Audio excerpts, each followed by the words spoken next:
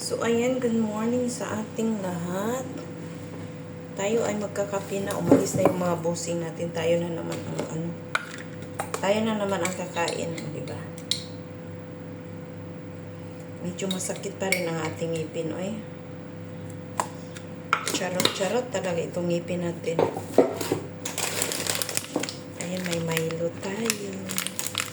Wala pa akong lagayan. Hindi ko pa naubos yung asukal sa ano ko. Tsaka may coffee mate pa pala ako dito, konti. Baka natin ng kape.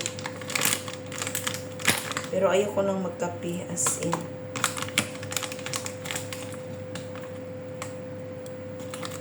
Dito naman tayo sa matamis.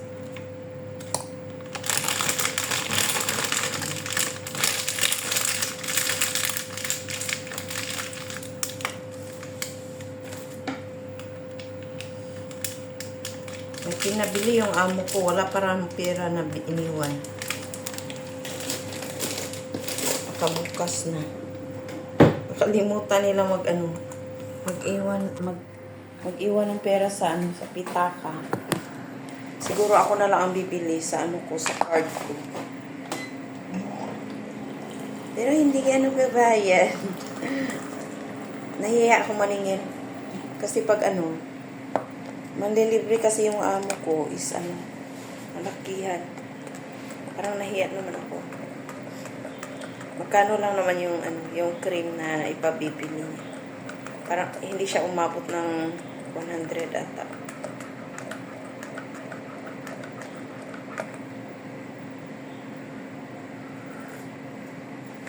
Ayan, okay na to. No sugar tayo. Ininit ko pa yung tinapay ko na Pero pwede naman siguro to eh.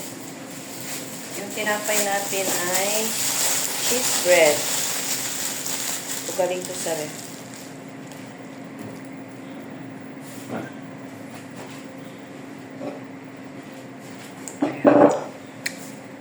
Kain tayo. Tapos igagala ko yung alaga ko. Wala namang ulan. So, pwede. Maganda yung tinapay nila is siya. Busok ba? Malaman. Malaman talaga. May nakikita akong store na Filipino store dito sa sa may Shatin area. Palengke. Maraming mga Pinoy products. Mga tinapay, basta lahat. Ito siya, sa Indonesian food ko to siya nabili. Pero may mga Filipino food din sila. Same lang. Yung mga Energen.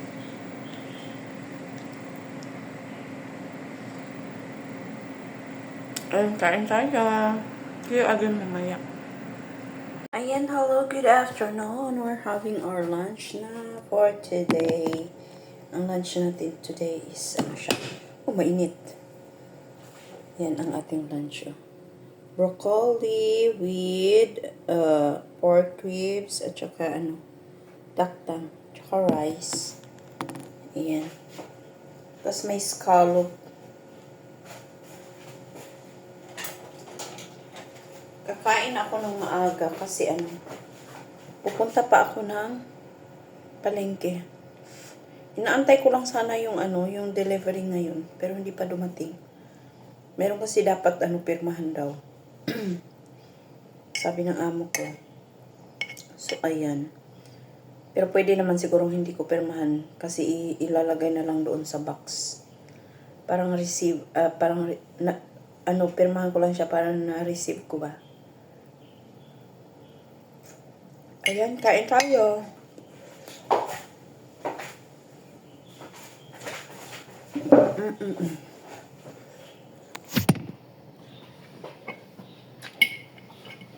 Mainit. Ayan, avocado. Ang aming avocado ay siya. Hindi pa siya luto, hinog ba?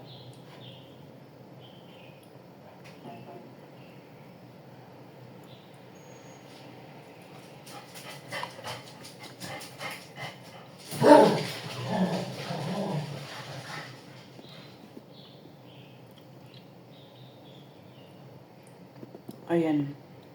See you again mamaya. Kakain muna ako, mainit. Ayan, hello, good afternoon. Wala pala tayong luto ngayon.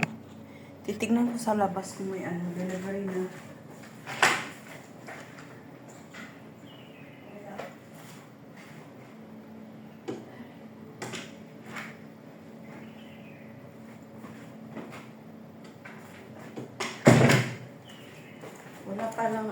Wala palang delivery. Ewan ko kung anong oras yung darating. Maglilinis na lang ako ng sapatos ng ko ng amo. Hello, Ningning! Good morning, Ningning.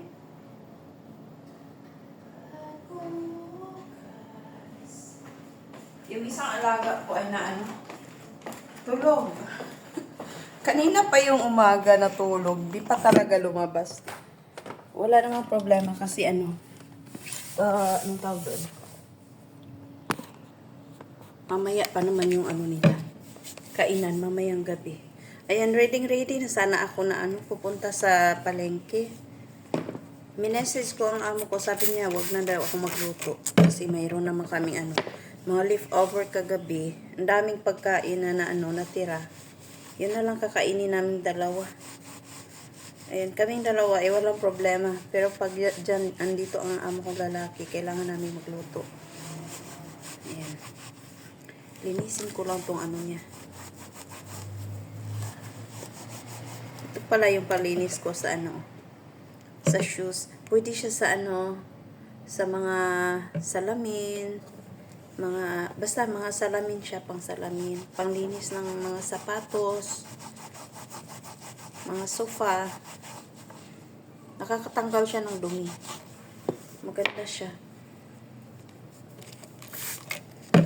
Tapos yung na-try ko din yung Colgate na white, panglinis siya ng sapatos, yun ang ibabad mo siya ng mga, basta hanggang sa ma-dry siya, i-dry mo muna, tapos saka mo banlawan. Grabe, ang puti. As in, na-try ko talaga yung Colgate na white. Ayan.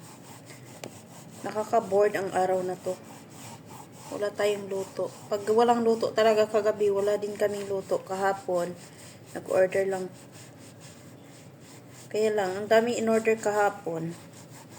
Kasi andito nga yung nanay at saka tatay ng amo kong babae. So naglaro sila na. Sabi pa ng nanay ng babae, ng lola. Sabi niya, pumunta lang kami dito, Lin, para maglaro. Sabi ko, walang problema. Enjoy nyo lang yung nyo. Ngayon, nagtataka sila bakit ayaw kong sumali sa kanila na kumain. Kasi kadalasan talaga ay every time talaga na may mga bisita. Tas darating ay dito, kakain talaga kami sabay-sabay. Sabi ng lola, sabi niya, Lin, ayaw mo bang kasalo kami sa pagkain? Sabi ko, ma'am, pasensya na po kasi yun nga, binunutan tayo ng ngipin. Baka anong mangyari ba? Baka magkaroon ng something na makagat ko or anything na mga baka ma-disappoint ko sila. Parang anong tawag doon? Madisturbo ko sila sa pagkain nila ba? Super super bait as in. Sabi ko, ma'am, dito na lang muna ako, ma'am. Next time na ako sasali sa inyo pag okay na yung ko, yung ngipin. Kasi medyo masakit pa siya. Yun, magsasalita nga ako is parang siya. Parang sagabal pa yung ba. May masakit pa yung binunutan, yung part niya. Masakit pa. Wala na akong gamot na ininom. Kagabi lang yung last na ininom ko. So, ayan. Naintindihan naman nila. Tapos sinabihan pa ako, Lin, mag-brush ka ng maayos ng ngipin mo para kasi ang ngipin dito is very, very precious daw yung ngipin sa kanila. Sabi ko sa Pinas, pag may ka, bunuti na yan, para tanggal lahat ng sakit. Ang sa kanila, i-preserve talaga nila yung ngipin nila. Kahit yung mga ngipin nila is balikog, yung tawag doon. Hindi siya straight na katulad sa atin na straight lang talaga. Yung dito nila sa baba is yung parang may ganyan. iba-iba yung mga ways ng ano nila ba. Kahit saang banda ano yung parang nakatagilid yung mga ano. Kung sa Bisaya pa is hiwi yung ano nila, ngipin. Yung sa baba. Tapos yung sa taas naman is ano, mga may siwang-siwang. Kaya kailangan talaga nilang pagawa. Tapos yun nga, sabi niya may option naman daw, sabi ng anak ko na ano, ganyan nga, yung talaga, i-insist talaga ng amo ko, babae yung ano, sumakit. Pero sa tingin ko namin is wala akong time pag, ayun, naputo lang ating video, no? Ayan, sabi ko nga sa lola na ano, pag uwi ko ng Pinas is ipapagawa ko yung yung ngipin.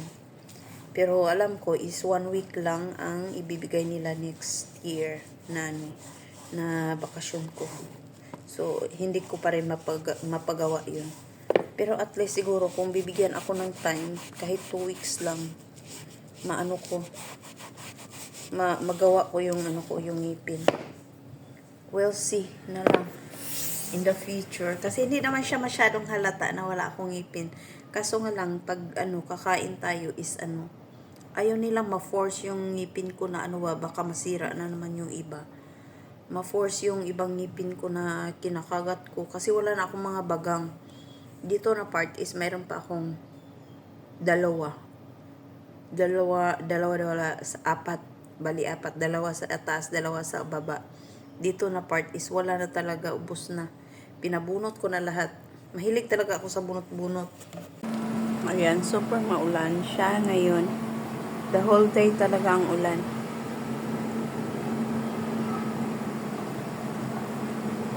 Pero klaro pa naman ang mga building.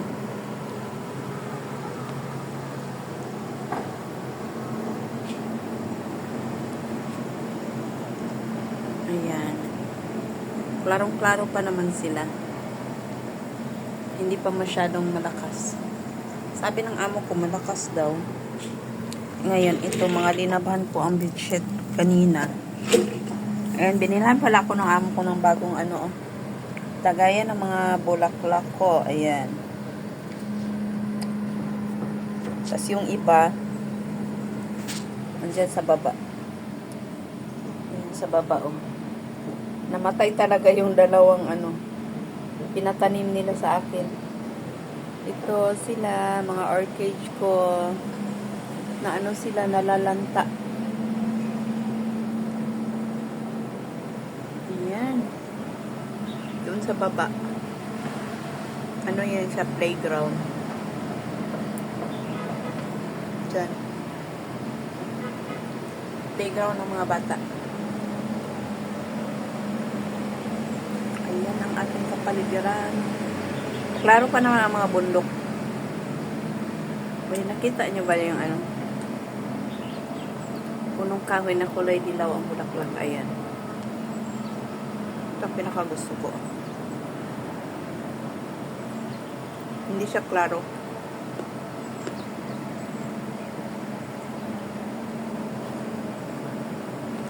Ayan lang ang ating update sa ating weather ngayon. Ang ating weather ay maulan. Pero nagtatrabaho pa rin ang dyan, oh. May building na ginagawa dyan. Magdadalawang taon na. Dalawang taon na nga. Mahigit. Ayan. Yan, oh. Yung may kulay, crane na pula. Kaya maingay dito. Ayan, see you again mamaya. Ito ang ating view for today. Diba maulan? Inaano ko lang tong mga linabahan ko dito. Dito lang to sila. Para mamaya ko na yan isampay sa loob para, pwede siguro ilagay ko to sa loob para ko.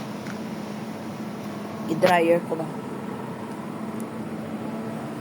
I-dryer ko na lang to para Ayan, see you again mamaya. So, ayan na nga, guys. Nalagay natin dito. Para mahangin na naman siya. Ewan ko kung ma-dry to mamaya. Try ko lang. Ay. Kasi pag binato ito i-dryer, mababaho. Mababaho, mag-aamoy ano. Mag-aamoy bulok.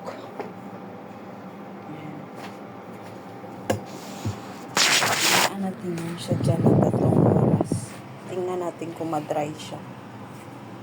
Within 3 hours. Ayan, iwan natin ito sa loob. Tapos isara natin. Ayan, dyan lang yan siya. See you again, mama.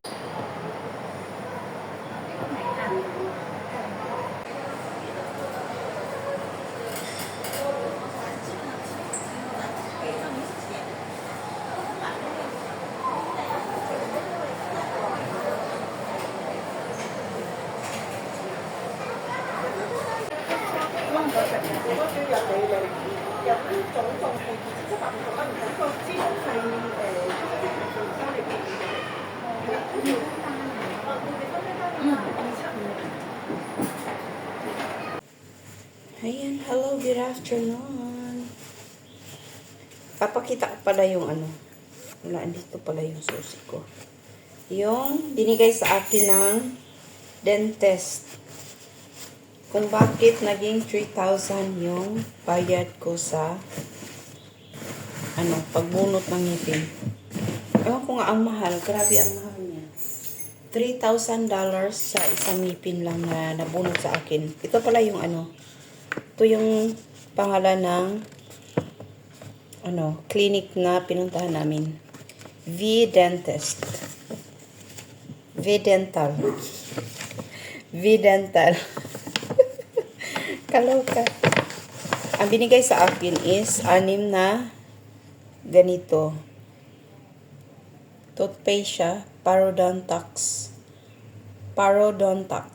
Ayan. Maganda siya na toothpaste. Parang nakakalinis talaga siya ng ngipin. Ayan. Tas yung gamot. Yun lang. Yung gamot na for 3 days. 4 na klase. Ito. Ito yung mga lagayan pero ubos na. Naubos ko na. Hindi ako nakagawa ng video nito. Ayan. Noong August 15 ako nagpabunot. Ayan. Ayan ang aking pangalan. August 15, 2024. Ayan. Walang pangalan ng tablet. Ayan. Ito twice a day. Tapos ito 3 times. Tong tatlo is 3 times a day to. Ayan. Tatlo siya. 3 times a day. Tapos ito is twice a day lang.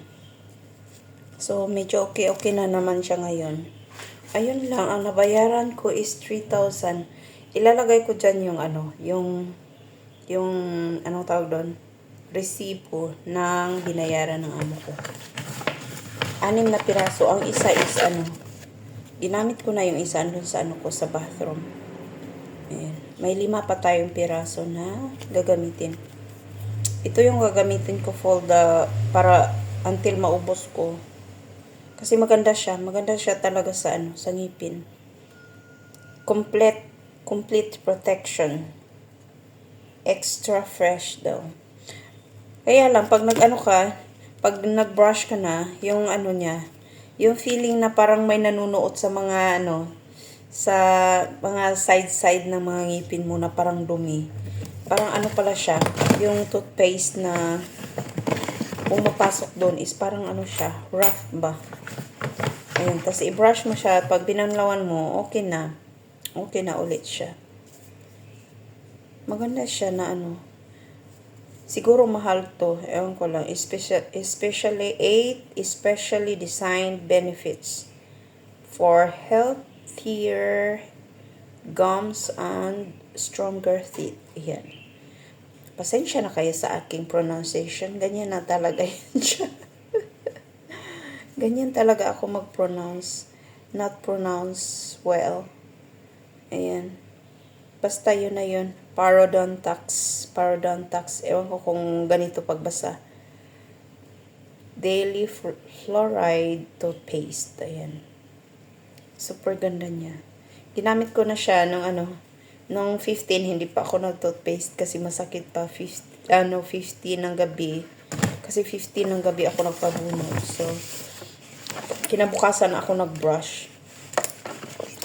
Pero dahan-dahan lang kasi medyo masakit talaga. Masakit talaga siya as in. Tapos ito, wala na to. Tapon na natin to. Kaya bawal na ako magkape. Kailangan ko na ingatan ang aking ngipin kasi namamahala na sila sa mga sa mga anong tawag doon. Mga clinic. Mahal daw ang clinic ng ngipin. Yung amo ko is nagpaano sa mata niya, 1,000 lang mahigit yung binayaran niya. Tapos yung sa ngipin ko is nakaabot siya ng 3,000. Pero nag-less naman siya ng $250. So, nagiging 2,750. Pero malaki-laki pa din yan. Almost 21,000 sa Philippine peso yan siya. Hamakin mo yan. Kung sa atin yan magtitiis na lang tayo sa sakit ng ngipin natin kaysa magpabuno tayo, di ba? Pero sa atin naman is 500 pesos is nabubunot na yung mga natin, mga ngipin. Mayroon nga mura, 100 ata, 100 pesos sa mga tawag doon, sa provincial na hospital. Basta mga hospital, mga government. Ayun, mura siguro doon. Parang walang bayad ata yung iba. Donation lang. Pero may may alam ako doon sa doon sa amin sa parang 100 ata.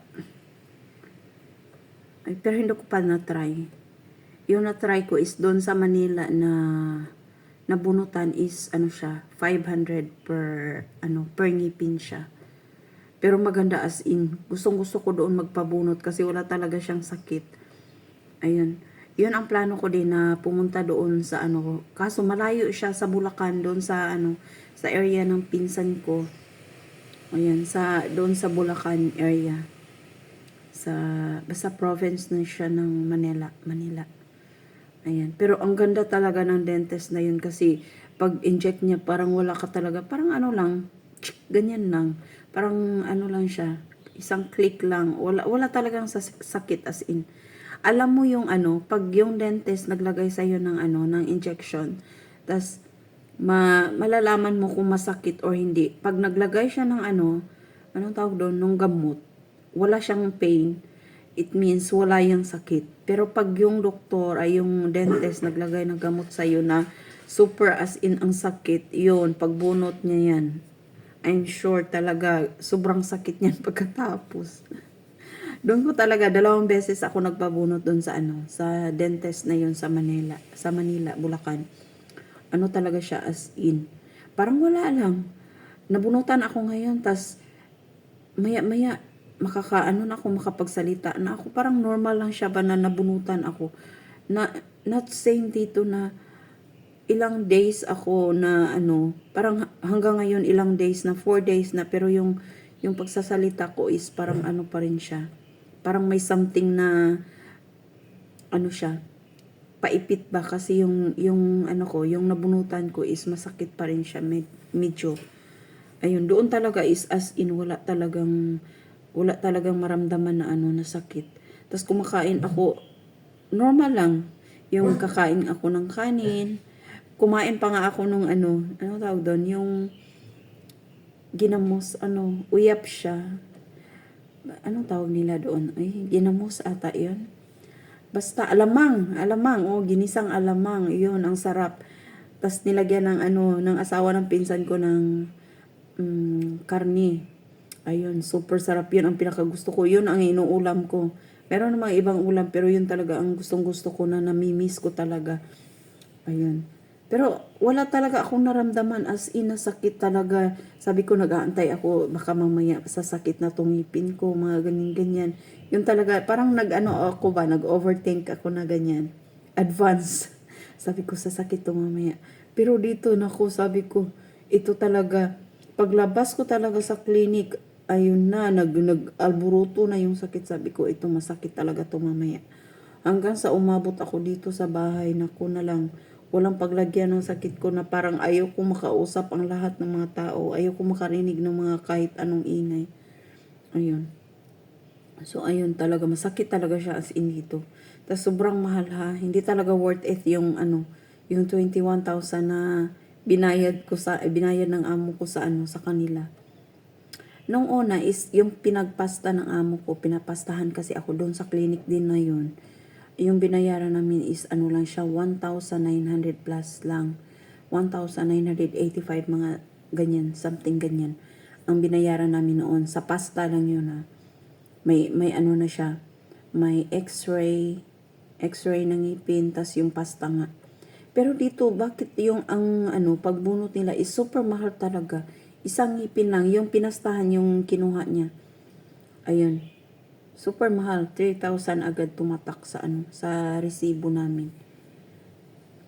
Pero ewan ko kung tingnan natin sa sahuran natin ngayong next month kung ikakalta sa atin. Di pa naman sinabi. Meron pa akong yung ticket na pag uwi ko sa Pilipinas, ewan ko kung ikakalta sa akin or hati kaming dalawa. Wala pa silang wala pa kaming pinag-usapan about doon. Tas ngayon na yung pabunot ko nga na 3,000. Hindi ko pa alam kung shoulder nila lahat yon or hati kami. Kasi wala namang sinasabi. Pero sinabi ko sa kanya, sabi ko, nung about sa pagbunot nga ng ngipin ko is ikakalta sa ko sa sahod. Pero sabi naman ng amo kong babae, it's okay. Pero di natin alam ngayong sahuran. Tignan natin sa sahuran kung may kaltas ba o wala. Ayan, yun lang ang chika ko for today. Thank you so much for watching and ingat po tayo lagi and God bless us all. Ito po ang binanutan sa akin dito na side. Kailangan talaga na alagaan natin ang ating ngipin, Kasi daw to? Precious daw, sabi ng ng lola. Precious daw ang ating mga ngipin. Kaya alagaan, hindi na okay naman siya, hindi na daw maibabalik yung yung ngipin talaga natin na natural. So kailangan talaga nating pangalagaan. Ayan, see you again on my next video. Don't forget to like and subscribe to my channel and comment down below para ma-shoutout ko kayo. Shoutout pala sa aking, ilang subscriber na ba tayo is 23 ata. Naka 23 na tayo subscriber or 33. Ayan, thank you so much everyone sa inyong panonood. Salamat. Ayan, bye-bye for now.